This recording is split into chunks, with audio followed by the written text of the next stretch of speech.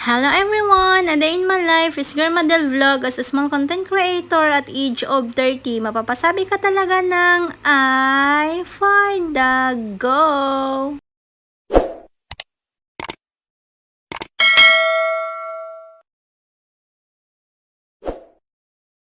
For today's video ay tanghali na nga po kaming nagising ng aking mga anak kapag weekend, lalong-lalo na nga po kapag Sunday kung hindi nga po kami nagsisimba. Syempre kung magsisimba naman po kami ay maagang po talaga kami nagigising at maaga rin po kami pumupunta sa simbahan. Pero this Sunday nga lang po kami ay hindi nga po talaga kami nakapunta. Sinumpong po talaga ang aking katamaran kapag gumigising po ako ng maaga. Kaya sa mga oras na to ay 9:30 na nga po ito ng umaga, o diba? Sobrang tanghali na nga po kami nagising. Hindi pa nga po kami kumain sa mga oras na to. Nung pagkagising lang po namin ay naghilamos na nga lang po ako at nag-toothbrush. Tapos agad-agad na nga po kami pumunta dito sa palengke. Medyo malayo rin po pala ang palengke dito sa amin. Hanggang bahay to dito nga po sa palengke ay mga 35 minutes. Nag-crave po talaga ako ng turon kaya ito nga po saging ang sinadya ko dito sa palengke. Bali ang kilo nga po itong banana nila ay 45 pesos nga po per kilo. Kaya bumili na nga po pala ako ng mahigit 1 kilo. Ganito po talaga ako mamili ng mga saging ay tinitignan ko nga pong mabuti kung may bulok or wala. Ay for the go! Di lang naman po kasi turon ang pwede mong iluto nitong saging. Pwede rin ang banana cube. Pwede rin po ang banana chips or banana sweets. Or kahit ilaga mo nga lang tapos isawsaw nga po sa ginamos. Uy, ang sarap! Ay for the go!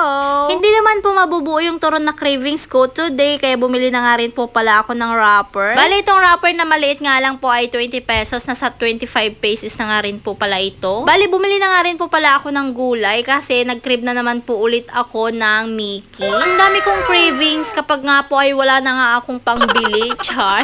Opo, sa totoo lang kapag may pangbili po ako, kapag nakikita ko pong maraming pagkain ay parang nabubusog na nga po ako kahit hindi ko pa sila natitikman. Tapos kapag wala na nga po akong pambili ay doon naman po ako nag-crave ng mga pagkain na gusto kong kainin lahat ng mga kinikrave ko. Ay, for the go! Parang baliktad naman po ata, diba? Alam ko maraming nakaka-relate nito, hindi lang ako. Natuwa nga po pala ako sa beetroots na kinuha ko kanina dahil hindi lang pala sa ibang bansa ang merong beetroots. Meron din po pala dito sa Pilipinas. Hindi po talaga ako nasasarapan doon sa beetroots kahit sasabihin nila na masarap nga po yan. First time ko kasi nakakain ng beetroots mga kasisi doon po sa Lebanon. Ginagawa ko nga po yung salata para sa aking mga amo at sa mga anak ng aking mga amo. Bumili na nga rin po pala ako ng Mickey na pansit. Ito nga po yung Mickey na sinasabi ko sa inyo. 10 pesos na nga lang po ang isa kaya kumuha na nga po ako ng dalawa just in case nga po na hindi po magkasya sa aming tatlo yung isang perasong Mickey. Nag-ikot-ikot na nga muna kami dito sa loob ng palengke kaya nakita ko naman sa atin na nagtitinda nga po ng bilo-bilo. Sobrang nainganyo po talaga ako sa sarap ng bilo-bilo ng kanyang paninda. Tingin pa lang ay talagang mapapalunok ka na nga. Kaya habang nagsusukat sa ate, tinanong ko nga po siya kung magkano nga po yung isang cup na bilo-bilo niya ay 30 pesos nga daw po ang isa kaya bumili na nga po ako ng 2 peraso. Eto na nga lang po yung almusal ko na bilo-bilo dahil sa mga oras na to ay alas 10 na nga po ito ng umaga. Nasa 1 oras na nga rin po kami na nandito sa loob nga po ng palengke dahil nag-ikot-ikot nga po muna talaga kami at tumingin-tingin nga po ng ibang mauulam or something else na gusto po naming bilhin. Kaya nang nakita ko nga pong itong hipon, naisip ko na magluluto nga po pala ako ng Mickey kaya itong hipon na nga lang po ang aking isasahog. Ang kilo naman po itong hipon ay nasa 560 nga po per kilo o diba ang mahal ng hipon. Pati nga po itong crab ay mahal nga din po pala ito kaya hindi na nga po ako bumili. Sabi nga po ng mga anak ko ay next time magsa-seafoods nga daw po kami. Dahil kapag ngayon po kami nag-seafoods ay talagang hindi ko na nga po mabibili yung crave ko. Dahil alam nyo naman kung gaano nga po kamahal ang mga bilihin dito sa Pilipinas. Hindi na nga po tulad noon kapag may 1,000 ka ay marami ka na ngang nabibili. Ay ngayon ang 1,000